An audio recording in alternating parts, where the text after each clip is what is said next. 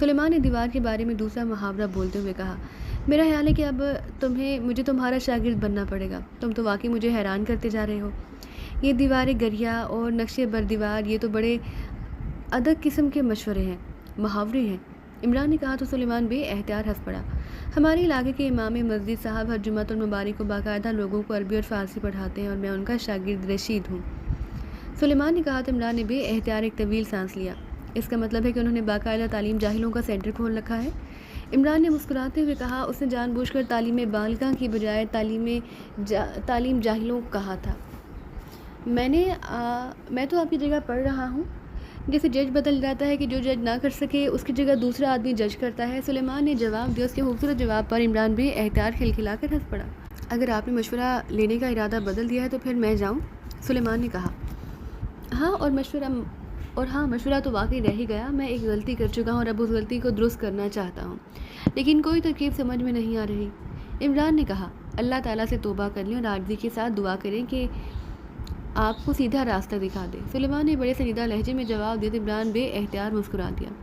اللہ تعالیٰ کا کرم ہے کہ ایسی کوئی غلطی نہیں، سیکرٹ سروس کے ہر مشن پر جانے کے لیے میں نے چند خاص ممبروں کا انتخاب کیا ہوا ہے، اس وجہ سے وہ ممبران اب باقاعدہ فارن ٹیم بن چکے ہیں۔ دوسرے ممبرز پہلے تو صرف احتجاج کرتے رہے، لیکن اب وہ باقاعدہ استعفیٰ دینے پر آ گئے ہیں۔ عمران نے کہا، آپ کا مطلب 4 اسٹار سے ہے؟ سلیمان نے سنجیدہ لہجے میں کہا، ہاں تم تو بہرحال جانتے ہو کہ اصل میں ٹیم کا کون انتخاب کرتا ہے، اس لیے تو میں اپنی غلطی تسلیم کر رہا ہوں۔ عمران نے بھی سنجیدہ لہجے میں کہا، آپ صدیقی اور اس کے ساتھیوں کو یہاں بلوا لیں، میں انہیں سمجھا دوں گا۔ سلیمان نے کہا، تم کیسے سمجھاؤ گے، تمہارا کیا تعلق ہے؟ عمران نے کہا، صدیقی نے چیف سے استعفوں کی بات کی، چیف نے آپ سے کی اور آپ اپنے ساتھیوں کی وجہ سے پریشان ہو گئے اور میں نے آپ کی پریشانی کی وجہ پوچھ لی۔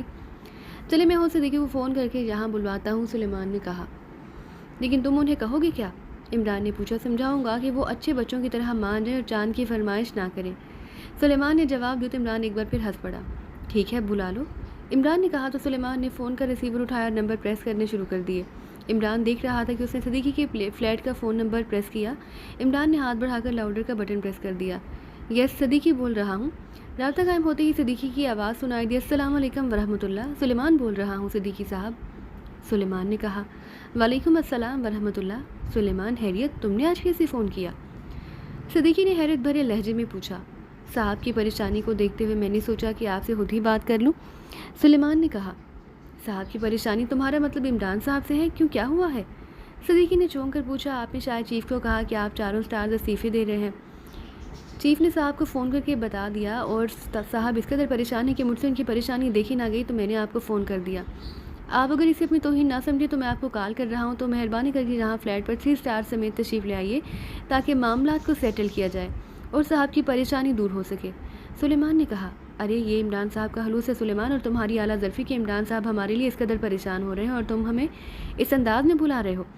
ہم عمران صاحب کے بھی اور تمہارے بھی مشکور ہیں۔ ویسے تم عمران صاحب کو بتا دو کہ ہم نے استعفیٰ دینے کا ارادہ بدل دیا ہے، اب ہم استعفیٰ نہیں دے رہے، وہ بے شک چیف کو بھی بتا دیں۔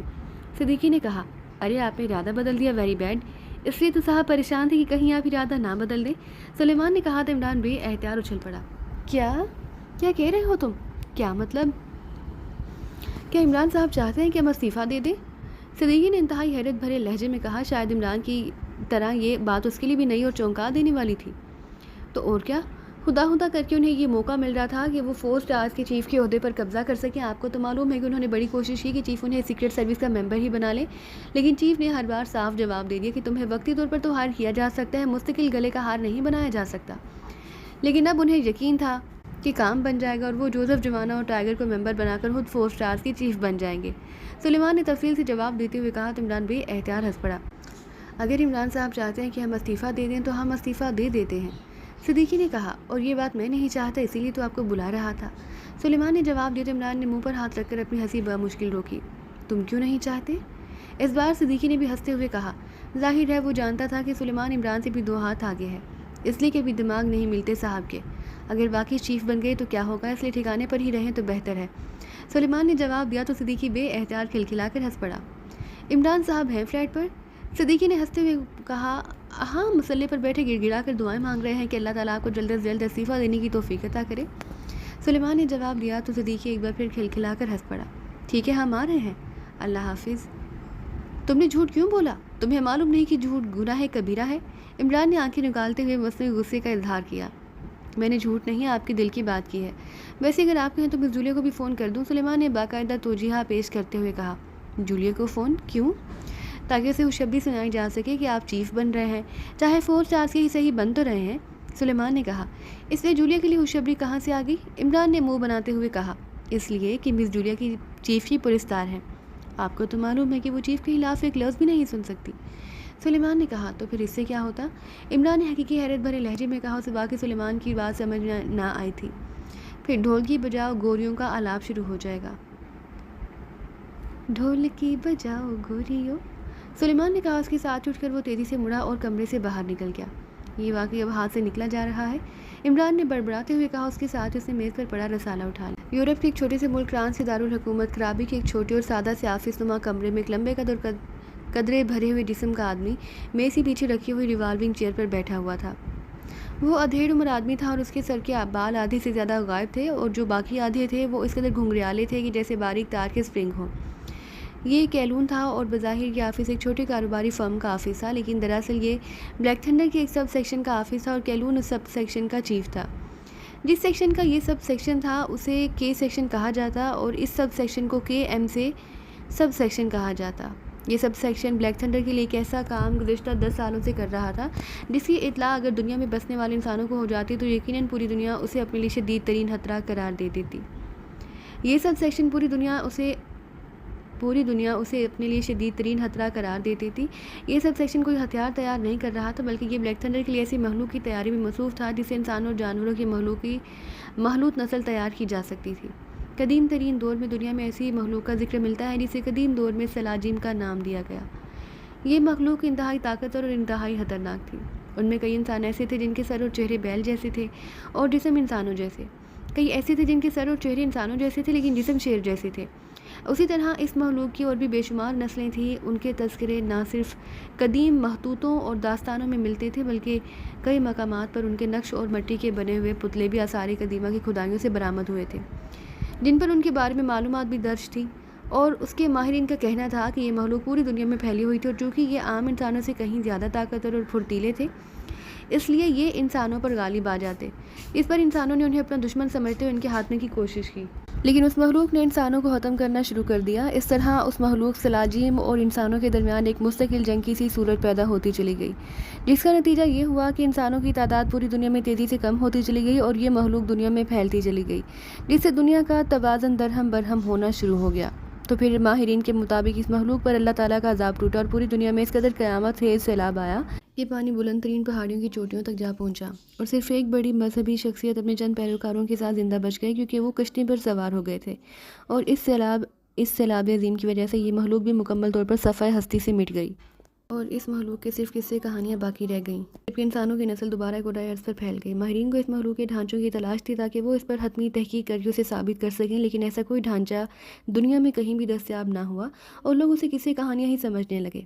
لیکن تقریباً 10 سال پہلے ایک ماہر آثار قدیمہ کو اٹلانٹس میں ایک علاقے کی کھدائی کے دوران ایک انسانی ڈھانچہ دستیاب ہو گیا۔ یہ سلاجیم کا ڈھانچہ تھا۔ اس کا سر اور چہرہ بیل کی طرح کا تھا، سر پر 2 سینگ بھی تھے اور باقی جسم انسانوں جیسا تھا۔ اس کے 2 ہاتھوں میں 24 انگلیاں تھیں اور انگوٹھا موجود نہ تھا۔ اس ڈھانچے کو بے حد شہرت ملی لیکن پھر جلد ہی اسے بلا دیا گیا کیونکہ پوری دنیا میں یہ افواہ پھیل گئی کہ یہ اصل ڈھانچہ نہیں بلکہ مصنوعی طور پر بنایا گیا ہے۔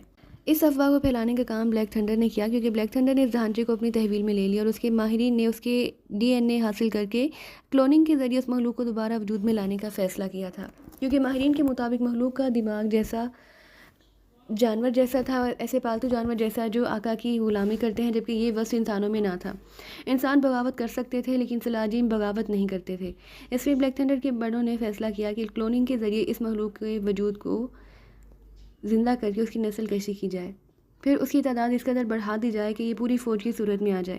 اسے بلیک تھنڈر کی فوج بنانے کا فیصلہ کیا گیا۔ ان کے لیے علیحدہ علاقہ مخصوص کر دیا گیا تھا تاکہ جب بلیک تھنڈر پوری دنیا پر قبضہ کرے تو وہ انسانوں کی فوج پر انحصار کرنے کی بجائے سلاجیم کو اپنی فوج کی حیثیت سے سامنے لائے اور جہاں بھی انسان بلیک تھنڈر کے خلاف بغاوت کریں سلاجیم ان کا خاتمہ کر دیں۔ چنانچہ اس فیصلے کے بعد یہ ڈھانچہ ایسے ماہرین کے سپرد کر دیا گیا جو DNA کے ماہر تھے۔ طویل عرصے تک ماہرین اس ڈھانچے سے DNA علیحدہ کر کے اس کے مطالعے میں مصروف رہے۔ اس کے بعد اس کی کلوننگ پر کام شروع کر دیا گیا۔ یہ کام کسی خفیہ ترین لیبارٹری میں ہو رہا تھا۔ کیلون کا سیکشن اس لیبارٹری کو، جسے کلون لیبارٹری کہا جاتا تھا، ہر قسم کا سامان کلوننگ اور دیگر لوازمات مہیا کرنے کرنے کے لیے قائم کیا گیا اور گزشتہ 10 سالوں سے کیلون کا سیکشن یہ کام انتہائی ہوش اسلوبی سے سر انجام دے رہا تھا، لیکن اسے بھی یہ معلوم نہ تھا کہ یہ لیبارٹری کہاں ہے۔ اس تک سامان کی لسٹ پہنچائی جاتی، پھر انتہائی پیچیدہ انداز میں یہ سپلائی ہاتھوں سے ہوتی ہوئی آگے کہیں چلی جاتی۔ البتہ کیلون کو یہ ضرور معلوم تھا کہ اس لیبارٹری میں کیا ہو رہا ہے، اور اس بات کا علم اسے بھی اس لیے ہو گیا کہ ایک بار سپلائی لسٹ کے ساتھ ایک علیحدہ کاغذ بھی تھا جس پر ایک سیٹلائٹ فون نمبر درج تھا اور نیچے لکھا ہوا تھا کہ کیلون اس فون نمبر پر ڈاکٹر پیٹر سے بات کرے۔ چنانچہ کیلون نے اس فون نمبر پر بات کی تو دوسری طرف ڈاکٹر پیٹر نے کہا کہ وہ اس کے لیے ایسی عورت تلاش کر کے بھیجے جو اس کے نزدیک آئیڈیل تھی۔ ڈاکٹر پیٹر نے اسے فون پر اپنے آئیڈیل کی تفصیل بھی بتا دی اور یہ بھی کہا کہ جب کیلون ایسی عورت کو ٹریس کر لے تو پھر وہ اسے فون کر کے بتا دے۔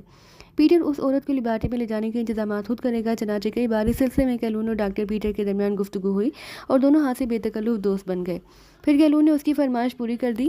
اسے ڈاکٹر پیٹر سے معلوم ہوا کہ لیبارٹری میں کیا ہو رہا ہے، لیکن ڈاکٹر پیٹر نے بھی اسے یہ نہیں بتایا کہ یہ لیبارٹری کہاں واقع ہے۔ بہرحال سپلائی لیبارٹری کو باقاعدگی سے جاری تھی۔ اس وقت بھی کیلون اپنے آفس میں بیٹھا آئندہ سپلائی کے بارے میں انتظامات کے فائل دیکھ رہا تھا کہ سامنے پڑے ہوئے فون کی گھنٹی بج اٹھی۔ یس کیلون بول رہا ہوں، کیلون نے ریسیور اٹھاتے ہوئے کہا۔ اسپیشل کال؟ دوسری طرف سے ایک سرد سی آواز سنائی دی تو کیلون چونک پڑا۔ اس نے ریسیور رکھا، پھر میز کی دراز کھول کر اس میں سے ایک سرخ رنگ کا چھوٹا سا آلہ نکال کر اس نے میز پر موجود فون کے ساتھ اسے مخصوص انداز میں منسلک کر دیا۔ اسپیشل کال کا مطلب تھا کہ سیکشن کی طرف سے اسے کال کیا جا رہا ہے۔ اس نے آلے کو فون کے ساتھ منسلک کرنے کے بعد اب اس فون کال کو کسی بھی صورت میں چیک نہ کیا جا سکتا تھا۔ اس نے آلہ منسلک کرنے کے بعد فون کا ریسیور اٹھا کر ایک کے بعد دیگر کئی نمبر پریس کیے، پھر ریسیور رکھ دیا۔ تھوڑی دیر بعد فون کی گھنٹی ایک بار پھر بج اٹھی تو کیلون نے ریسیور اٹھا لیا۔ کیلون بول رہا ہوں، کیلون نے انتہائی مودبانہ لہجے میں کہا۔ سیکشن چیف بول رہا ہوں کیلون۔ دوسری طرف سے ایک سخت اور انتہائی سرد آواز سنائی دی۔ یس چیف، حکم فرمائیے، کیلون نے پہلے سے زیادہ مودبانہ لہجے میں کہا۔ تمہاری پرسنل سیکرٹری لیزا کہاں ہے؟ دوسری طرف سے اسی طرح سخت لہجے میں کہا گیا تو کیلون بے احتیاط چونک پڑا۔ سر وہ چھٹی لے کر ایکری میں گئی ہے، وہاں اسے کوئی انکل فوت ہو گیا اور سنا ہے کہ اس کا انکل کافی قیمتی جائیداد چھوڑ کر مرا ہے اور اس نے وصیت نامے میں کچھ جائیداد لیزا کے نام بھی کی ہے اور اسی سلسلے میں لیزا وہاں گئی ہے۔ کیلون نے تفصیل سے بات کرتے ہوئے کہا، کیا تمہیں معلوم ہے کہ جس لیبارٹری کو تم گزشتہ 10 سالوں سے سپلائی بھی جا رہے ہو وہ کہاں ہے؟ سیکشن چیف نے انتہائی سخت لہجے میں کہا، نہیں باس، میرا جو کام ہے میں وہی کرتا ہوں، اور جو میرا کام نہیں میں نے اس کے بارے میں کبھی سوچا تک نہیں۔ کیلون نے جواب دیتے ہوئے کہا، پھر لیزا کو کیسے معلوم ہوا کہ اس لیبارٹری میں کیا کام ہو رہا ہے؟ سیکشن چیف کا لہجہ اب غراہٹ آمیز ہو گیا تھا۔ لیزا کو کیسے معلوم ہو سکتا ہے باس، جب مجھے بھی معلوم نہیں، کیلون نے جواب دیتے ہوئے کہا۔ لیزا کا بیان ہے کہ تم نے اسے اس بارے میں بتایا ہے، سیکشن چیف نے کہا۔ اب میں کیا کہہ سکتا ہوں چیف باس، جبکہ مجھے خود اس بارے میں معلوم نہیں تو میں نے اسے کیا بتانا تھا؟ کیلون نے ہونٹ چباتے ہوئے کہا، لیکن اس کا ذہن سیکشن چیف کی بات سن کر آندھیوں کی زد میں آ گیا، کیونکہ اسے یاد تھا کہ ایک رات جب وہ اور لیزا بے حد تیز شراب پی کر اکٹھے کمرے میں موجود تھے تو لیبارٹری کی بات چھڑ گئی اور کیلون نے جوش میں آ کر اسے ساری بات بتا دی، لیکن اس کے تصور میں بھی نہ تھا کہ اس بات کا علم سیکشن چیف کو ہو جائے گا۔ لیزا نے اس بارے میں تفصیلات نہ رہا کہ ایک ہوٹل میں ایک آدمی مائیکل کو بتا دی۔ مائیکل کا لنک حکومت ایکریمیا کے ایک خاص سیکشن سے تھا۔ اس نے یہ بات اعلیٰ حکام تک پہنچا دی اور اعلیٰ حکام میں اس اطلاع کی کھلبلی مچ گئی۔ انہوں نے اس کا انتہائی سختی سے نوٹس لیا اور اب ایکریمیا میں مسلسل اس بارے میں اعلیٰ سطحی اجلاس منعقد ہو رہے ہیں۔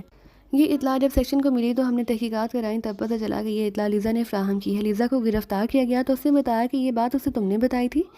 سیکشن چیف نے ایسے لہجے میں کہا جیسے وہ بات کرنے کی بجائے کوڑے مار رہا ہو۔ لیزا نے غلط بیانی سے کام لیا ہے باس، مجھے تو ابھی تک علم نہیں کہ یہ لیبارٹری کہاں ہے اور اس میں کیا ہو رہا ہے، کیلون نے جواب دیتے ہوئے کہا۔ لیزا کو گولی مار دی گئی ہے اور تمہیں بھی عبرتناک سزا دینے کا مین ہیڈ کوارٹر نے فیصلہ کر لیا تھا، لیکن میں نے یہ کہہ کر تمہیں بچا لیا کہ تم ایسے آدمی نہیں، اور تمہارا سابقہ ریکارڈ بتا رہا ہے کہ تم نے کبھی کوئی کام غلط کیا ہی نہیں، اس لیے تمہاری جان بخش دی گئی ہے۔ لیکن یہ بات ذہن میں بٹھا لو کہ لیزا کے اس انکشاف سے مین ہیڈ کوارٹر اور سیکشن چیف کے لیے بے پناہ مشکلات پیدا ہو جائیں گی۔ اس لیبارٹری میں جو کام ہو رہا تھا اس پر بلیک تھنڈر کے مستقبل کا انحصار تھا۔ ہمیں جو اطلاع ملی اس کے مطابق ایکریمیا نے اس سلسلے میں دوسری سپر پاورز کو بھی مشوروں میں شریک کر لیا ہے۔ اس سلسلے میں super power Russia, great land, France اور کامن کے اعلیٰ حکام نے مشترکہ اجلاس منعقد کیے ہیں۔ سب سے خطرناک بات یہ ہوئی کہ ان سب نے طویل بحث و مباحثے کے بعد یہ طے کیا کہ اس لیبارٹری کے خلاف پاکستان سیکرٹ سروس کو حرکت میں لایا جائے، اور اس اطلاع پر مین ہیڈ کوارٹر بے حد پریشان ہے۔ اگر پاکستان سیکرٹ سروس اس مشن پر کام کرنے کے لیے حرکت میں آ گئی تو پھر تمہیں اپنے پورے سیکشن سمیت انڈر گراؤنڈ ہونا پڑے گا، سیکشن چیف نے کہا۔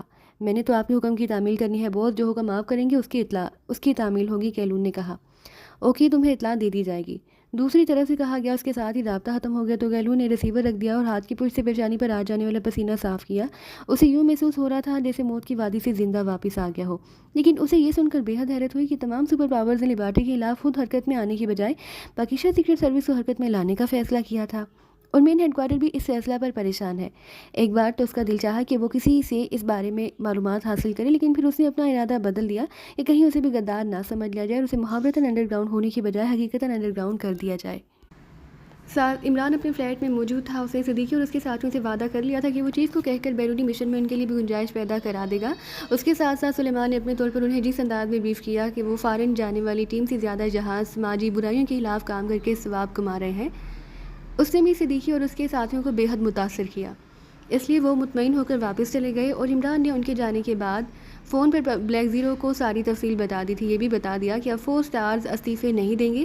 اس لیے عمران بھی مطمئن ہو گیا اور اس نے دل ہی دل میں یہ فیصلہ بھی کر لیا کہ اب جو بیرونی مشن سامنے آئے گا اس میں وہ پوری ٹیم کو ساتھ لے جائے گا تاکہ ان کے درمیان پیدا ہونے والی خلیج کو ختم کیا جا سکے۔ یہ ساری باتیں کل کی تھیں۔ آج ناشتے کے بعد وہ بیٹھا اخبارات کے مطالعے میں مصروف تھا، جبکہ سلیمان بازار شاپنگ کے لیے گیا ہوا تھا۔ گو فلیٹ میں ڈیپ فریزر اور ریفریجریٹر دونوں موجود تھے، لیکن سلیمان روزانہ خریداری کرتا تھا۔ اس کا اپنا نظریہ تھا کہ ریفریجریٹر اور ڈیپ فریزر میں اگر گوشت، سبزیاں اور پھل زیادہ دیر تک پڑے رہیں پھر انہیں استعمال کیا جائے تو ان سے بیماریاں پیدا ہوتی ہیں۔ اس لیے وہ روزانہ تازہ سامان لا کر لنچ اور رات کے کھانے کا انتظام کرتا۔ البتہ چند چیزوں کے خراب ہونے کا خدشہ نہ تھا، اس لیے وہ انہیں ہر ماہ کے آغاز میں اکٹھا لے آتا، کیونکہ زیادہ مقدار میں چیزیں خریدنے سے کم رقم خرچ ہوتی تھی اور اس سے خاصی بچت ہو جاتی۔ اس لیے حسب عادت سلیمان ناشتے کے بعد شاپنگ کے لیے بازار جا چکا تھا۔ عمران بیٹھا اخبارات کے مطالعہ کر رہا تھا کہ اچانک ساتھ پڑے ہوئے فون کی گھنٹی بج اٹھی تو عمران نے ہاتھ بڑھا کر ریسیور اٹھا لیا۔ علی عمران MSc DSc آکسن بازبانِ خود بول رہا ہوں، عمران نے اخبار سے نظریں ہٹائے بغیر بولتے ہوئے کہا۔ اس کا انداز ایسا تھا جیسے کوئی خودکار مشین بول رہی ہو۔ سلطان بول رہا ہوں عمران بیٹے۔ دوسری طرف سے سر سلطان کی شفقت بھری آواز سنائی جو عمران ان کے لہجے اور بیٹے کا لفظ سن کر چونک پڑا۔ اسے معلوم تھا کہ سر سلطان کے لہجہ اور انداز اس وقت اپناتے ہیں جب انہیں عمران سے کوئی ایسی بات منوانی ہوتی ہے جو ان کے خیال میں عمران نہیں مانے گا۔ سلطان بولا نہیں کرتے جناب، بلکہ حکم فرمایا کرتے ہیں، عمران نے مسکراتے ہوئے کہا۔ اخبار اس نے ایک طرف رکھ دیا اور اب وہ فون کی طرف پوری طرح متوجہ تھا۔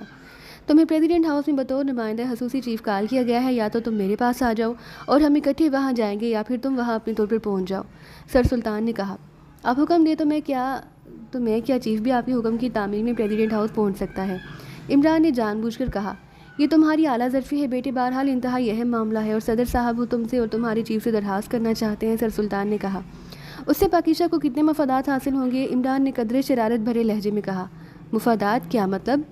سر سلطان نے چونک کر پوچھا۔ ظاہر ہے کوئی ایسا کام آن پڑا ہے جسے براہ راست پاکیزہ کو کوئی مفاد نہ ہوگا، بلکہ یہ کام سر انجام دینے سے کوئی دوسرا ملک پاکیزہ کے ساتھ معاہدہ کر لے گا جسے پاکیزہ کو مفادات حاصل ہوں گے، عمران نے جواب دیتے ہوئے کہا۔ مجھے تو معلوم نہیں، مجھے تو صدر صاحب نے کہا کہ میں تمہیں لے کر پریزیڈنٹ ہاؤس پہنچ جاؤں۔ میں نے ان سے مزید تفصیل پوچھی تو انہوں نے کہا کہ اس میں پوری دنیا کا مفاد وابستہ ہے، سر سلطان نے جواب دیا۔ مطلب ہے کہ آپ دنیا پاکیزہ سیکرٹ سروس کو کیش کرانا چاہتی ہے، عمران نے منہ بناتے ہوئے کہا۔ دیکھو بیٹے، ہم اس دنیا میں رہتے ہیں اور ہمارے مفادات ایک دوسرے کے ساتھ وابستہ ہیں، اس لیے اگر پوری دنیا کے مفادات کو بھی کبھی کوئی مسئلہ آن پڑا تو ہماری بہرحال اس میں شرکت ضروری ہوتی ہے، سر سلطان نے کہا۔ تو بیٹے، ہم اس دنیا میں رہتے ہیں اور ہمارے مفادات ایک دوسرے کے ساتھ وابستہ ہیں، اس لیے اگر پوری دنیا کے مفادات کو کبھی کوئی مسئلہ آن پڑا تو ہمارا بہرحال اس میں شرکت ضروری ہوتی ہے، سر سلطان نے کہا۔ آپ صدر صاحب سے ملاقات کر کے تفصیلات معلوم کر لیں، میں آپ سے معلوم کر لوں گا، ورنہ اس تکلف زدہ ماحول میں میرا دم گھٹتا ہے، عمران نے جواب دیتے ہوئے کہا۔ پروٹوکول اور حفظ مراتب کو تم تکلف کہہ رہے ہو؟ اب چونکہ صدر صاحب نے حکم دے دیا ہے اس لیے بہرحال تمہیں جانا تو ہوگا، سر سلطان نے اس بار خشک لہجے میں کہا۔ میں نے تو پہلے ہی عرض کیا کہ اگر آپ حکم دیں تو میں چیف کو بھجوا دیتا ہوں، چیف صدر کی بات تو بے شک ٹال جائیں گے، لیکن آپ تو سلطان ہیں، آپ کی بات ٹال کر انہوں نے اپنی گردن تو جلاد سے نہیں کٹوانی، عمران نے مسکراتے ہوئے کہا۔ تم خود فوراً پہنچو، اس بار سر سلطان نے قدرے غصیلے لہجے میں کہا۔ اس کے ساتھ ہی رابطہ ختم ہو گیا تو عمران نے مسکراتے ہوئے ریسیور رکھ دیا۔ بین الاقوامی سطح پر کیا چکر چل پڑا ہے جو اس انداز میں بات کی جا رہی ہے، عمران نے ریسیور رکھ کر بڑبڑاتے ہوئے کہا، پھر اٹھ کر وہ ڈریسنگ روم کی طرف بڑھ گیا۔ اس نے لباس تبدیل کیا۔ تھوڑی دیر بعد اس کی کار پریزیڈنٹ ہاؤس کی طرف بڑھی چلی جا رہی تھی۔ پریزیڈنٹ ہاؤس میں اس کا استقبال اس انداز میں کیا گیا جیسے عمران VIP ہو۔ عمران کو پریزیڈنٹ ہاؤس کے ایک خصوصی کمرے میں پہنچا دیا گیا اور اس کے سامنے فوراً ملٹی کلر ٹشوز میں لپٹی ہوئی مشروب کی بوتل بھی پہنچ گئی۔ واہ، اسے کہتے ہیں قسمت، لگتا ہے صدر صاحب کا کوئی لمبا ہی کام پڑ گیا ہے مجھ سے، عمران نے بڑبڑاتے ہوئے کہا۔ پھر اس نے مشروب پی کر بوتل رکھی ہی تھی کہ سائڈ پر موجود دروازہ کھلا اور صدر صاحب اندر داخل ہوئے تو عمران احتراماً اٹھ کھڑا ہوا۔ صدر صاحب کے پیچھے سر سلطان بھی تھے۔ عمران نے بڑے احترام بھرے انداز میں سلام کیا۔ صدر صاحب کے ہاتھ میں ایک سرخ رنگ کی فائل تھی۔ تشریف رکھیں، صدر نے مسکراتے ہوئے کہا، اور وہ خود بھی اپنے لیے مخصوص کرسی پر بیٹھ گئے تو سر سلطان بھی دوسری کرسی پر بیٹھ گئے اور ان دونوں کے بیٹھنے کے بعد عمران بھی اپنی کرسی پر بیٹھ گیا۔ عمران صاحب آپ کو یہاں آنے کی تکلیف اس لیے دی گئی ہے کہ آپ چیف ایکسٹو کو رضامند کر سکیں. ایک انتہائی اہم مسئلہ درپیش ہے اور ہم چاہتے ہیں کہ چیف ایکسٹو اس کام سے انکار نہ کریں. صدر صاحب بڑے دوستانہ انداز میں بات کرتے ہوئے کہا. پہلی بات تو یہ ہے جناب کہ چیف اپنی مرضی کے مالک ہیں. وہ میری بات تو چاہے ماننے سے انکار کر دے لیکن آپ کی اور سر سلطان کی وہ بے حد عزت کرتے ہیں, اس لیے اگر آپ انہیں براہ راست بھی کہہ دیں تو وہ انکار نہ کرتے. دوسری بات یہ کہ چیف صاحب اصول پر کام کرتے ہیں اور اگر ان کے اصول کے مطابق کام ہوا تو وہ ویسے ہی انکار نہیں کریں گے, اور اگر اصول سے ہٹ کر ہوا تو پھر چاہے کوئی کچھ بھی کیوں نہ کہے وہ انکار کر ہی دیں گے. البتہ آپ مجھے حکم دیں, میں حکم کی تعمیل کے لیے حاضر ہوں. عمران نے بڑے مؤدبانہ لہجے میں کہا کیونکہ اسے معلوم تھا کہ سر سلطان اس معاملے میں بے حد حساس ہے. اگر اس نے ذرا سی بھی پروٹوکول سے کوتاہی کی تو سر سلطان اس حد تک ناراض ہو جائیں گے کہ پھر انہیں منانے کے لیے نہ جانے کتنے پاپڑ بیلنے پڑیں گے. لیکن اس کے ساتھ اس نے معاملے پر حتمی بات کرنے کی بجائے اسے درمیان میں ہی لٹکا دیا تھا. عمران صاحب تمام سپر پاورز جن میں ایکٹیمیا, روسیا, گریٹ لینڈ اور کامن شامل ہیں نے مشترکہ درخواست کی ہے کہ ایک مشن جس سے پوری دنیا کو شدید ترین خطرات لاحق ہیں اس پر پاکستان سیکرٹ سروس کام کرے, کیونکہ ان سب کے نقطۂ نظر سے اس دنیا میں پاکستان سیکرٹ سروس ہی ایسی سروس ہے جو اس کام میں کامیابی حاصل کر سکتی ہے. صدر صاحب نے کہا تو عمران چونک پڑا. اس کے چہرے پر حیرت کے تاثرات ابھر آئے. ایسا کون سا مشن ہے جناب؟ عمران نے کہا. یہ آپ کے چیف صاحب کی کارکردگی ہے جسے پوری دنیا میں سراہا جا رہا ہے. ایکٹیمیا اور روسیا جن کے پاس بے شمار سیکرٹ ایجنسیاں ہوں گی, اس طرح گریٹ لینڈ اور کامن جن کے پاس بھی بے شمار ایجنسیاں ہیں, لیکن وہ سب تفصیلی میٹنگ کے بعد اس نتیجے پر پہنچے ہیں کہ یہ مشن اگر مکمل کر سکتی ہے تو صرف اور صرف پاکستان سیکرٹ سروس ہی کر سکتی ہے. جس انداز میں ان سب سپر پاورز نے ہم سے درخواست کی اس سے بھی مجھے اپنے ملک کی عزت پر بے حد مسرت ہوئی. آپ یہ فائل لے جائیے, اس میں مشن کے بارے میں تفصیلات درج ہیں. آپ ہماری طرف سے بھی چیف صاحب سے درخواست کریں اور اپنی طرف سے بھی کوشش کریں کہ چیف اس مشن پر کام کرنے پر آمادہ ہو جائیں, ورنہ ان کے انکار کی صورت میں ہمارے لیے بے حد مشکلات پیدا ہو جائیں گی, جبکہ ان کی آمادگی کی صورت میں پاکستان کو ایسے مفادات حاصل ہوں گے جن سے پاکستان ترقی یافتہ ممالک میں شامل ہو سکتا ہے. صدر صاحب نے کہا. اس کے ساتھ ہی سامنے میز پر پڑی ہوئی فائل اٹھا کر انہوں نے عمران کی طرف بڑھا دی. عمران نے اٹھ کر فائل ان سے لے لی. ٹھیک ہے سر, میں فائل بھی اور آپ کے جذبات بھی چیف صاحب تک پہنچا دوں گا. مجھے یقین ہے کہ وہ آپ کی بات نہیں ٹالیں گے, عمران نے کہا. تو صدر کے ساتھ ساتھ سر سلطان کے سوتے ہوئے چہرے بے احتیاط کھل اٹھے. شکریہ, آپ سر سلطان کو ضرور اطلاع کر دیں تاکہ ہم تمام سپر پاورز کے صدور کو بھی یہ خوشخبری سنا سکیں. صدر نے کہا اور اٹھ کھڑے ہوئے. ان کے اٹھتے ہی سر سلطان اور عمران بھی اٹھ کھڑے ہوئے. صدر نے ایک بار پھر عمران کا شکریہ ادا کیا اور دروازے کی طرف بڑھ گئے. ان کے کمرے سے باہر جانے کے بعد عمران نے بے احتیاط ایک طویل سانس لیا اور فائل اٹھائے وہ کمرے کے دوسرے دروازے سے نکل کر باہر آ گیا. تھوڑی دیر بعد اس کی کار تیزی سے دانش منزل کی طرف اڑی چلی جا رہی تھی. اس کے ذہن میں مسلسل یہی سوچ موجود تھی کہ آخر ایسا کون سا مشن ہوگا جس پر دنیا کی تمام سپر پاورز نہ صرف اکٹھی ہو گئی تھی بلکہ اپنی ناکامی کا اعلان کرتے ہوئے انہوں نے پاکستان سیکرٹ سروس کی خدمات حاصل کرنے کی درخواست بھی کی ہے. تھوڑی دیر بعد وہ دانش منزل کے آپریشن روم میں داخل ہوا تو بلیک زیرو حسب عادت احتراماً اٹھ کھڑا ہوا. میری طرف سے مبارکباد قبول کرو کہ اب تو سپر پاورز بھی تمہاری کارکردگی کو برملا تسلیم کرنے لگ گئی ہیں. عمران نے رسمی اسلام دعا کے بعد کہا تو بلیک زیرو چونک پڑا. یہ آپ نے کوئی خواب دکھا ہے شاید؟ بلیک زیرو نے مسکراتے ہوئے کہا. تو عمران نے سر سلطان کے فون آنے سے لے کر پریزیڈنٹ ہاؤس جانے پھر وہاں صدر صاحب سے ہونے والی گفتگو دہرا دی تو بلیک زیرو کے چہرے پر حیرت کے تاثرات ابھر آئے. لیکن مشن کیا ہے؟ بلیک زیرو نے پوچھا. جو کچھ بھی ہے اس فائل میں ہے. تم میرے لیے چائے لاؤ تاکہ میں تمہاری کارکردگی پر مزید خوش ہو سکوں. عمران نے کہا. تو بلیک زیرو مسکراتا ہوا اٹھ کھڑا ہوا. مطلب ہے کہ آپ اپنی کارکردگی پر خوش ہونا چاہتے ہیں؟ بلیک زیرو نے کہا. ارے میں کیا اور میری حیثیت کیا, اصل اہمیت تو چیف کی ہے. عمران نے کہا. منتیں تو صدر صاحب آپ کی کرتے رہے ہیں, اب آپ مجھ پر بات ڈال رہے ہیں. بلیک زیرو نے مسکراتے ہوئے کہا. ایک بڑی مشہور کہاوت ہے کہ ایک صاحب کو مٹی سے تیز خوشبو آئی تو یہ صاحب بے حد حیران ہوئے. انہوں نے مٹی سے پوچھا کہ تمہارے اندر یہ خوشبو کیسے آ گئی؟ تو مٹی نے جواب دیا کہ گلاب کی ہم نشینی کی وجہ سے, کیونکہ وہ مٹی گلاب کے پودے کے گرد کی تھی اور گلاب کی خوشبو اس مٹی میں بھی رش بس گئی تھی. تو جناب چیف صاحب آپ کی ہم نشینی کی وجہ سے ہم سے بھی منتیں ہو رہی ہیں, ورنہ ہم تو دراصل مٹی ہی ہیں. عمران نے جواب دیا تو بلیک زیرو بے احتیاط ہنس پڑا. اب یہ بات انہیں کون بتائے کہ مٹی کون ہے اور گلاب کون؟ بلیک زیرو نے ہنستے ہوئے کہا اور اٹھ کر کچن کی طرف بڑھ گیا. تو عمران نے مسکراتے ہوئے فائل کھولی. اس میں صرف 3 صفحات اور کاغذات پر ایکٹیمیا کی سرکاری مہر بھی موجود تھی. عمران نے فائل میں موجود کاغذات کو پڑھنا شروع کر دی. جیسے جیسے وہ فائل پڑھتا جا رہا تھا اس کے چہرے پر حیرت کے تاثرات ابھرتے چلے جا رہے تھے. تھوڑی دیر بعد بلیک زیرو چائے کی 2 پیالیاں اٹھائے واپس آیا. اس نے چائے کی ایک پیالی عمران کے سامنے رکھی, دوسری پیالی اٹھائے وہ اپنی کرسی کی طرف بڑھ گیا. عمران نے فائل پڑھنے کے ساتھ ساتھ چائے کی چسکیاں لینی شروع کر دی, لیکن اس کی نظریں مسلسل فائل پر ہی جمی ہوئی تھی, جبکہ بلیک زیرو خاموش بیٹھا چائے سپ کرنے میں مصروف تھا. پوری فائل پڑھ کر عمران نے بے احتیاط ایک طویل سانس لیا, پھر فائل بند کر کے اس نے بلیک زیرو کے سامنے رکھ دی. کیا مشن ہے؟ بلیک زیرو نے پوچھا. خود پڑھ لو. عمران نے مختصر سا جواب دیا. چائے کی پیالی اٹھا لی. اس کے چہرے پر الجھن کے تاثرات ابھر آئے. بلیک زیرو کے چہرے پر بھی فائل پڑھنے کے ساتھ ساتھ حیرت کے تاثرات ابھر آئے تھے. فائل ختم کر کے اس نے بھی بے احتیاط ایک طویل سانس لیا، پھر فائل بند کر کے میز پر رکھ دی۔ عمران صاحب، میرا خیال ہے کہ یہ سب کچھ کوئی ٹریپ ہے۔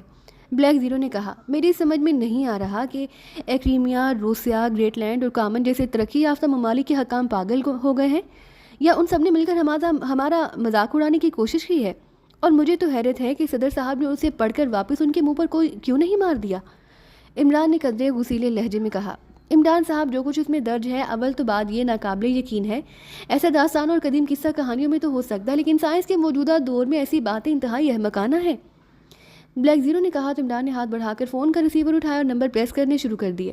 بلیک زیرو ہون پیچھے ہوئے خاموش بیٹھا تھا، چونکہ دانش منزل کے فون کا لاؤڈر مستقل طور پر پریسڈ رہتا تھا، اس لیے دوسری طرف گھنٹی بجنے کی آواز بلیک زیرو کو بھی بطور سنائی دے رہی تھی۔ پھر ریسیور اٹھا لیا گیا۔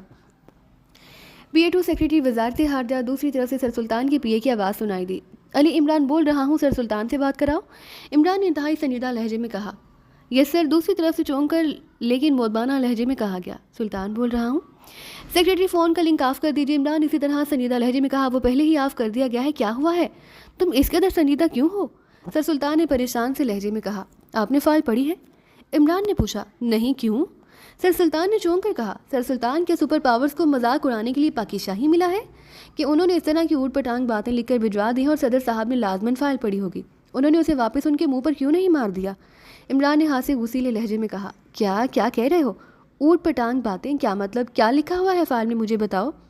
سر سلطان نے انتہائی پریشان ہوتے ہوئے کہا، فائل میں درج ہے کہ ایک یورپین لڑکی سے معلوم ہوا کہ بلیک تھنڈر کے خفیہ لیبارٹری میں بیل کے سر اور انسانی جسم رکھنے والے ایسے بیل نما انسان کلوننگ سے پیدا کیے جا رہے ہیں جو انتہائی طاقتور ہوں گے اور انسان کی ان کے مقابلے میں کوئی حیثیت ہی نہ ہوگی، اور بلیک تھنڈر ان کی نسل کشی کر کے انہیں لاکھوں کی تعداد میں وجود میں لا کر ایک مخصوص علاقے میں رکھے گی۔ پھر دنیا کو فتح کرنے کے بعد یہ بیل نما انسان اس کی فوج ہوں گے، اور اس لڑکی کی اس بات نے ایکریمیا، روسیہ، گریٹ لینڈ، فرانس اور کامن سب ممالک کے حکام میں کھلبلی مچا دی ہے۔ سب نے اس خطرے سے نمٹنے کے لیے اس لیبارٹری کو تباہ کرنے کی منصوبہ بندی کی، لیکن آخرکار یہ سب بھی اس نتیجے پر پہنچے کہ یہ کام پاکستان سیکرٹ سروس ہی کر سکتی ہے، اس لیے پاکستان کے صدر سے درخواست کی جائے کہ وہ پاکستان سیکرٹ سروس کو حرکت میں لائیں اور وہ اس لیبارٹری کو تباہ کر دیں۔ عمران نے جواب دیتے ہوئے کہا، بیل نما انسان، یہ کیا مذاق ہے؟ بلیک تھنڈر کے بارے میں تو سنا ہوا ہے، لیکن یہ بیل نما انسان کا کیا مطلب ہوا؟ اس سال میں کوئی تفصیل تو لکھی ہوگی ان کے بارے میں؟ سر سلطان نے بھی انتہائی حیرت بھرے لہجے میں کہا، ہاں، لکھی ہوئی ہے کہ قدیم دور میں ایسی مختلف مخلوقات کرۂ ارض پر موجود تھیں جو بعد میں ختم ہو گئیں۔ اس نوع کا ایک ڈھانچہ ماہرین کو ملا، اس ڈھانچے کو بلیک تھنڈر کلوننگ کے لیے استعمال کر رہا ہے، اور اگر ایسا ہو گیا تو پوری دنیا حقیقی خطرے کی زد میں آ جائے گی اور کروڑوں اربوں انسان ان کے ذریعے ہلاک کر دیے جائیں گے۔ عمران نے جواب دیا، یہ تو واقعی احمقانہ بات ہے، میں ایکریمیا کے چیف سیکریٹری سے بات کرتا ہوں، تم کہاں سے بول رہے ہو؟ سر سلطان نے تیز لہجے میں کہا، دانش منزل سے۔ عمران نے جواب دیتے ہوئے کہا، ٹھیک ہے، میں بھی تمہیں فون کرتا ہوں۔ سر سلطان نے کہا، اس کے ساتھ ہی رابطہ ختم ہو گیا تو عمران نے بھی ریسیور رکھ دیا۔ عمران صاحب، صرف طاقتور بیل نما انسان تو پوری دنیا کے اربوں انسانوں کے لیے خطرہ نہیں بن سکتے، یہ ضرور کوئی اور چکر ہے، اور یہ بھی بات درست ہے کہ تمام سپر پاورز اس احمقانہ انداز میں سوچ بھی نہیں سکتی، لازماً در پردہ کوئی ایسی بات ہے جس کی وجہ سے وہ اس قدر خوفزدہ ہو گئے ہیں۔ بلیک زیرو نے کہا، میں نے بھی کہیں پڑھا تھا کہ قدیم ترین دور میں ایسی عجیب ترین مخلوق دنیا میں موجود تھی، لیکن پھر وہ ختم ہو گئی۔ یہ بات بھی درست ہے کہ اب موجودہ سائنس اس حد تک پہنچ گئی ہے کہ ڈھانچے سے ملنے والے ڈی این اے سے کلوننگ کے ذریعے اس دنیا میں اس مخلوق کو وجود میں لے آئے، لیکن اس سے کیا ہوگا؟ اور ویسے بھی یہ کام سائنسدانوں اور ماہرین کا ہے، اس میں بلیک تھنڈر کیوں ملوث ہے؟ سب سے عجیب بات یہ کہ صرف ایک عورت کی بات پر یقین کر کے اتنا بڑا ہنگامہ کھڑا کر دیا گیا ہے۔ عمران نے کہا تو بلیک زیرو نے اس بات میں سر ہلا دیا۔ پھر تقریباً 1 گھنٹے بعد فون کی گھنٹی بج اٹھی تو عمران نے ہاتھ بڑھا کر ریسیور اٹھا لیا۔ X2، سلطان بول رہا ہوں، عمران جہاں ہوگا۔ دوسری طرف سے سر سلطان کی آواز سنائی دی، یس سر، علی عمران بول رہا ہوں۔ عمران نے اسی طرح سنجیدہ لہجے میں کہا، عمران بیٹی، میری ایکریمیا کی چیف سیکریٹری سے فون پر بات ہوئی، انہوں نے بتایا کہ ان کا خیال ہے کہ پاکستان سیکرٹ سروس کا چیف اور عمران دونوں اس قدیم ترین نوعی مخلوق کے بارے میں سب کچھ جانتے ہوں گے۔ انہوں نے اس بارے میں تفصیل بتائی کہ ماہرین کا کہنا ہے کہ قدیم مخطوطوں، پتھروں اور تختیوں پر اس مخلوق کے بارے میں جو کچھ لکھا ہوا ملا ہے اس سے معلوم ہوتا ہے کہ اس نوعی مخلوق پر دھات کا کوئی ہتھیار اثر نہیں کرتا۔ ماہرین کا خیال کے مطابق ان پر بارودی اور شعاعی ہتھیار بھی اثر نہیں کریں گے۔ اس مخلوق کے سروں پر اگر ایٹم بم بھی مار دیے جائیں تو ان پر کوئی اثر نہ ہوگا، یہ صرف پانی میں غرق ہو کر ہلاک ہو سکتے ہیں، ورنہ ان کی زندگیاں ہزاروں سالوں پر محیط ہوتی ہیں۔ یہ مخلوق انسان کی دشمن ہے، اگر بلیک تھنڈر کلوننگ کے ذریعے انہیں وجود میں لے آئی، ان کی نسل بڑھا لی تو یہ پوری انسانیت کے لیے ایک نہ ختم ہونے والا عذاب بن جائے گا۔ اور چیف سیکریٹری کے مطابق ماہرین سے انتہائی تفصیل سے یہ باتیں ہوئی ہیں، اور پھر بلیک تھنڈر کی وجہ سے تمام سپر پاورز متفقہ طور پر اس مصیبت سے چھٹکارے کے لیے پاکستان سیکرٹ سروس کا انتخاب کیا ہے۔ سر سلطان نے تفصیل سے بات کرتے ہوئے کہا، یہ سب غلط ہے، ایسا ممکن ہی نہیں، یہ سب قصے کہانیوں کی باتیں ہیں، یہ ہمارے خلاف کوئی گہری سازش ہے۔ آپ صدر صاحب سے کہہ کر یہ فائل واپس بھجوا دیں اور انہیں کہہ دیں کہ چیف نے ان کے ٹریپ میں آنے سے انکار کر دیا ہے۔ عمران نے غصیلی اور دو ٹوک لہجے میں کہا، عمران بیٹے تم جو کہہ رہے ہو وہ درست ہے، لیکن سپر پاورز کے ساتھ معاملات اس طرح دو ٹوک انداز میں نہیں نمٹائے جاتے۔ تمام سپر پاورز کے ساتھ ہمارے معاہدے ہیں اور ہمارے مفادات وابستہ ہیں، ہم کیسے انہیں دو ٹوک جواب دے سکتے ہیں؟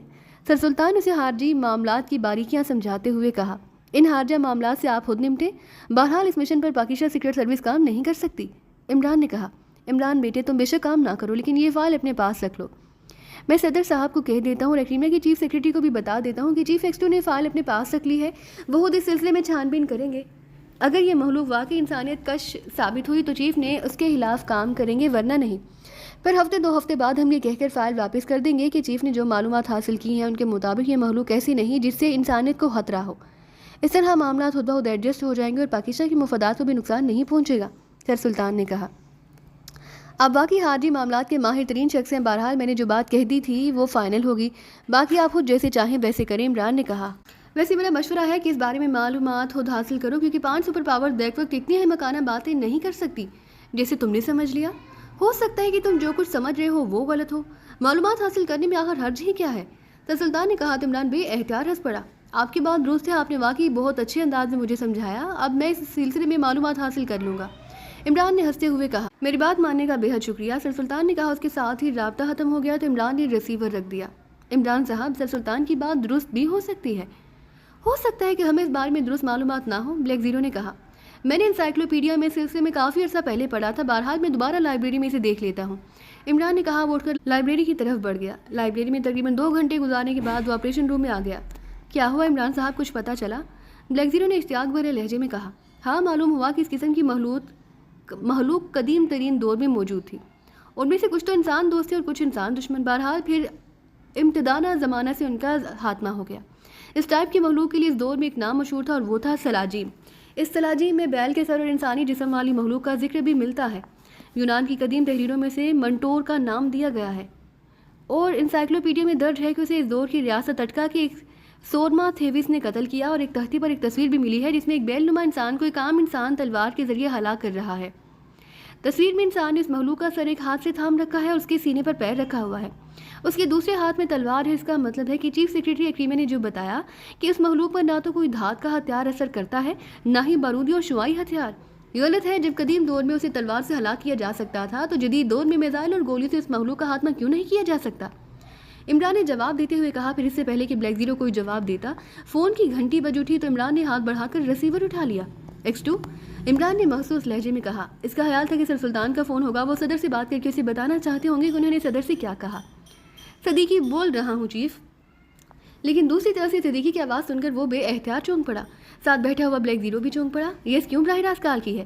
عمران نے سرد لہجے میں کہا، چیف ہم ایک روز کے لیے سراج نگر جانا چاہتے ہیں، نعمانی کا ایک عالم دوست وہاں رہتا ہے جس کا نام محمود شیرازی ہے، اس کی دعوت پر ہم وہاں جانا چاہتے ہیں، آپ سے اجازت لینے کے لیے فون کیا ہے۔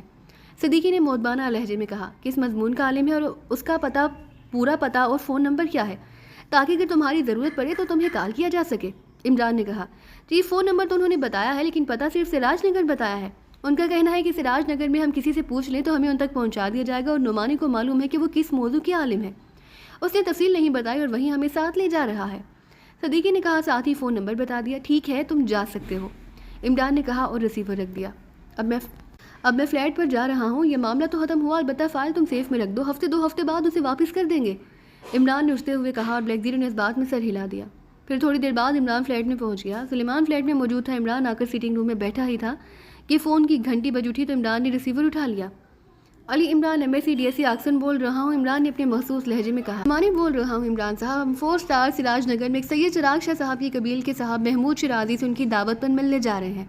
صدیقی نے چیف کو فون کر کے ان سے اجازت بھی لے لی ہے، لیکن ہم سب کا خیال ہے کہ اگر آپ بھی ہمارے ساتھ چلیں تو محمود شیرازی سے ملاقات کا زیادہ لطف آئے گا۔ نعمانی نے کہا، کہ وہ بھی سید چراغ شاہ صاحب کی طرح روحانی بزرگ ہیں، کیسے معلوم ہوا تمہیں؟ عمران نے مسکراتے ہوئے کہا تو نعمانی نے اسے قدیم کلمی مخطوطے لے آنے، اسے پڑھنے کے ساتھ ساتھ پبلک لائبریری کی لائبریرین کے فون آنے اور پھر محمود شیرازی کے اس کے فلیٹ پر آنے، اس سے ہونے والی گفتگو مختصر طور پر بتا دی۔ پھر تو وہ صاحب علم ہوئے، صاحب روحانیت تو نہ ہوئے؟ عمران نے کہا۔ وہ صاحب علم ہونے کے ساتھ ساتھ صاحب روحانیت بھی ہیں عمران صاحب۔ میں جو کتاب پڑھ رہا تھا اس میں ایک ماورائی مخلوق سلاجیم کا ذکر بھی کیا گیا تھا۔ اس مخلوق کا سر، بیل اور جسم انسانی بتایا گیا ہے۔ اس کتاب میں اس مخلوق کو تصویر کرنے کا طریقہ بھی درج تھا، لیکن یہ اس قدر مشکل اور پیچیدہ تھا کہ میرا خیال ہے کہ موجودہ دور میں یہ ناممکن ہے۔ پھر محمود شیرازی نے یہ کتاب مجھ سے مانگی اور انہوں نے کہا کہ میں ان کے پاس راج نگر آؤں تو وہ سلاجیم کو بلا کر میری سے ملاقات کروا دیں گے۔ اس سے یہ ظاہر ہوتا ہے کہ وہ صاحب روحانیت بھی ہے۔ نعمانی نے کہا تو عمران سلاجیم کا ذکر سن کر بے احتیاط اچھل پڑا۔ تم نے سلاجیم کہا؟ جبکہ سلاجیم تو اس قسم کی تمام نوعوں کے لیے استعمال کیا جاتا ہے، جبکہ بیل نما انسان کا خاص نام تو منوٹور ہے۔ عمران نے کہا، آپ بھی اس بارے میں جانتے ہیں؟ حیرت ہے۔ بہرحال اس کتاب میں اس مخلوق کا نام سلاجیم ہی درج تھا۔ نعمانی نے حیرت بھرے لہجے میں کہا، اس کا مطلب ہے کہ جو کچھ میں سمجھ رہا تھا وہ غلط تھا اور جو کچھ سپر پاورز کہہ رہی تھی وہ درست ہے۔ عمران نے ایک طویل سانس لیتے ہوئے کہا، یہ آپ کیا کہہ رہے ہیں عمران صاحب؟ نعمانی نے حیرت بھرے لہجے میں کہا، قدرت کے اتفاقات بھی حیرت انگیز ہوتے ہیں۔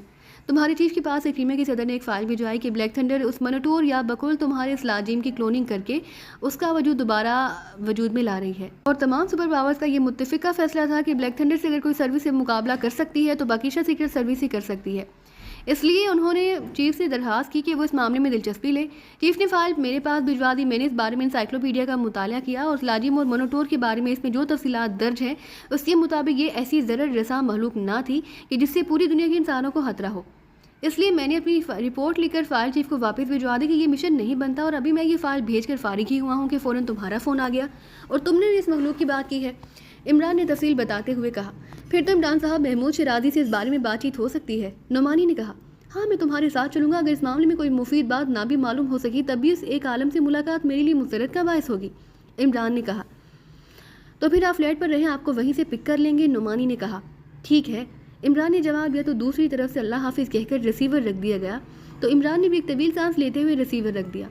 اسی لمحے سلیمان اندر داخل ہوا، اس کے ہاتھ میں چائے کی پیالی تھی۔ سلیمان، میں صدیقی اور اس کے ساتھیوں کے ساتھ سراج نگر جا رہا ہوں، ہو سکتا ہے کہ رات ہم وہیں ٹھہرے، بہرحال نہ بھی ٹھہرے تبھی کھانا وہیں کھائیں گے، اس لیے تم میرے لیے کھانا نہ پکانا۔ عمران نے چائے کی پیالی لیتے ہوئے کہا، اچھا صاحب، ویسے جس کی قسمت میں محرومی لکھ دی گئی ہو اسے کون بدل سکتا ہے؟ سلیمان نے مڑتے ہوئے کہا، کیا کہہ رہے ہو؟ عمران نے چونک کر پوچھا، آج میں نے اسپیشل ڈشز تیار کی تھیں، اب آپ کی قسمت میں نہیں ہیں تو ٹھیک ہے، میں 2-4 اچھے دوستوں کو بلا کر انہیں کھلا دوں گا، اپنی اپنی قسمت کی بات ہے۔ سلیمان نے کہا اور تیزی سے کمرے سے باہر نکل گیا تو عمران بے احتیاط مسکرا دیا۔ کیلون اپنے آفس میں موجود تھا کہ آفس سے دروازہ کھلا اور ایک لمبے قد اور ورزشی جسم کا مالک نوجوان اندر داخل ہوا تو کیلون کے چہرے پر اسے دیکھ کر ہلکی سی مسکراہٹ ابھر آئی۔ یہ مارک تھا، اس کا گہرا دوست، اور مارک کا تعلق کریمیا کی ایک سرکاری ایجنسی سے تھا اور وہ اس ایجنسی کا خاصا معروف فیلڈ ایجنٹ تھا۔ کیلون اس کے استقبال کے لیے اٹھ کھڑا ہوا۔ کیا ہوا تمہیں جو تم نے اس طرح اچانک ایمرجنسی کال کی ہے کہ مجھے سب کچھ چھوڑ چھاڑ کر بھاگنا پڑا ہے؟ مارک نے مصافحہ کرنے اور رسمی فقرات بولنے کے بعد کرسی پر بیٹھتے ہوئے کہا، میں ایک عجیب چکر میں پھنس گیا ہوں مارک، میں نے اس بارے میں بہت سوچا لیکن مجھے کوئی حل سمجھ میں نہیں آیا، تو میں نے سوچا کہ تم سے مشورہ کیا جائے۔ کیلون نے کہا۔ اس کے ساتھ ہی وہ اٹھا اور ایک طرف موجود ریک میں سے شراب کی ایک بوتل اور 2 گلاس نکال کر میز پر رکھ کر وہ واپس اپنی کرسی پر بیٹھ گیا۔ کیا ہوا ہے، کھل کر بات کرو، مارک نے چونک کر کہا۔ تمہیں معلوم تو ہے کہ میرا تعلق ایک بین الاقوامی تنظیم بلیک تھنڈر کے ایک سیکشن سے، اور میں گزشتہ 20 سالوں سے اس تنظیم کے ساتھ منسلک ہوں، اور میرا کام ایک لیبارٹری میں سپلائی پہنچانا ہے، لیکن مجھے یہ معلوم نہیں کہ یہ لیبارٹری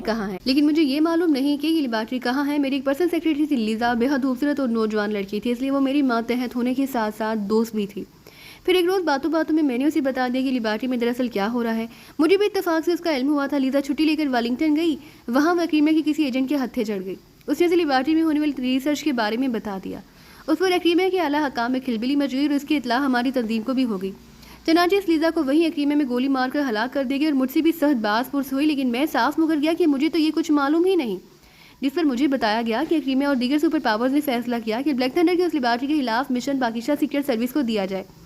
بلیک تھنڈر بھی اس سروس کو جانتا ہے، وہ بھی اس سے خطرہ محسوس کرتا ہے، چنانچہ مجھے کہا گیا کہ اگر باقیشہ سیکرٹ سروس سے مشن لیا تو پھر مجھے فوری طور پر انڈر گراؤنڈ ہونا پڑے گا۔ اس بات سے 1 ہفتہ گزر گیا، گو ابھی تک مجھے انڈر گراؤنڈ ہونے کا حکم تو نہیں دیا گیا، لیکن میرا ایک لمحہ عذاب کا گزر رہا ہے۔